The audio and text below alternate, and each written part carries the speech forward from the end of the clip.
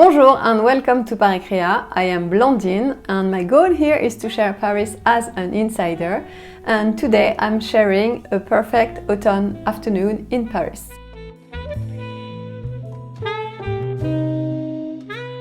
If this is your first time on this channel, I'm all about Paris beyond the clichés, and today I will show you the new exhibition at Musée du Luxembourg. We'll stroll around le Jardin du Luxembourg, then we'll stop at Place Saint-Sulpice, the Poilane Bakery, and we'll go to le Bon Marché to see a very fun exhibition called Rock Motel. So I started at Musée du Luxembourg to visit Pierre Soulages exhibition, and Pierre Soulages is not just any painter, he's often called the painter of black, and for good reason. As of 1948, he used brou de noix, which is walnut stain used by cabinet makers. He loved it because it allowed him to create big, broad, powerful strokes on his canvas, on his papers. On one of the walls, there is a quote by Pierre Soulages where he explains how he felt trapped by the constraints of oil painting, too slow, too heavy, too traditional.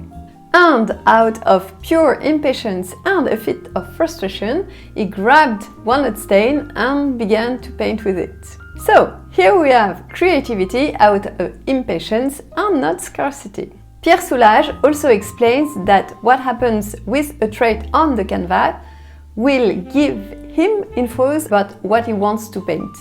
From there, he stood out in the world of abstract in the 50s and 60s and was hugely successful and renowned in the United States too.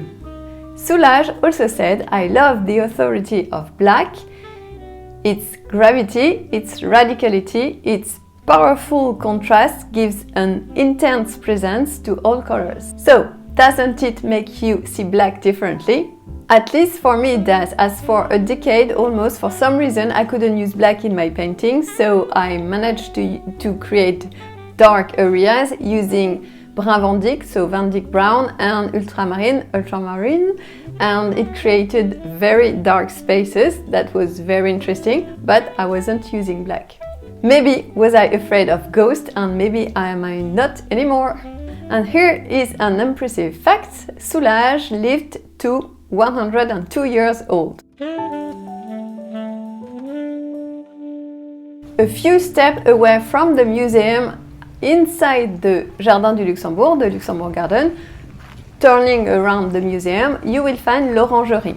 L'Orangerie was the building where they were stocking orange trees during the winter, and it's now also an exhibit space with modern and contemporary art. It's a free visit, and this one was very interesting. And then I had to take a stroll in the Luxembourg Garden through the autumn colors. Le Jardin du Luxembourg nickname is the Luco, and Parisians are very fond of the Jardin du Luxembourg. Locals would come here for jogging, playing chess, or just soaking up the sun, or even reading. Also, you will notice many students there, as there are many universities and schools in this district. Le Jardin du Luxembourg, beyond its beauty, it's also a place full of history and hidden corners, and the garden mixes 5 different styles. You'll have a French formal garden with symmetry, you'll have an English garden with paths, and you'll have a fruit orchard with apple and pear trees. There is also a working beehive producing honey. There is this little Florentine style garden with the romantic Médicis fountain. As you wander, you will look for 106 statues scattered around the park, including 20 statues of famous queens and women of France. And last but not least, the Statue of Liberty, a small one.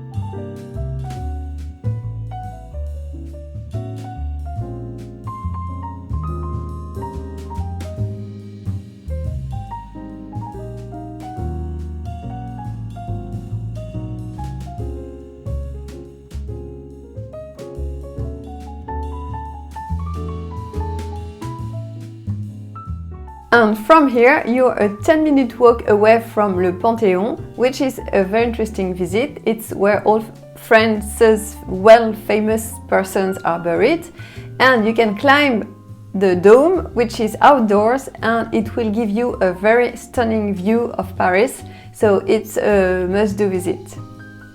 Totally worth the climb. But here, instead of going to Le Panthéon, I decided to double back and I walked to the Place Saint-Sulpice. You might recognize the church from the Da Vinci Code film. And then I had to go to the Poilâne bakery to get some fresh bread.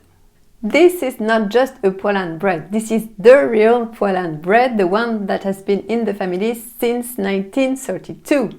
And here you'll get the real wood-fire sourdough loaves that are so delicious with some cheese. But I resisted buying pastries. And guess where I headed afterwards? To see some back-to-school vibes? To the Bon Marché.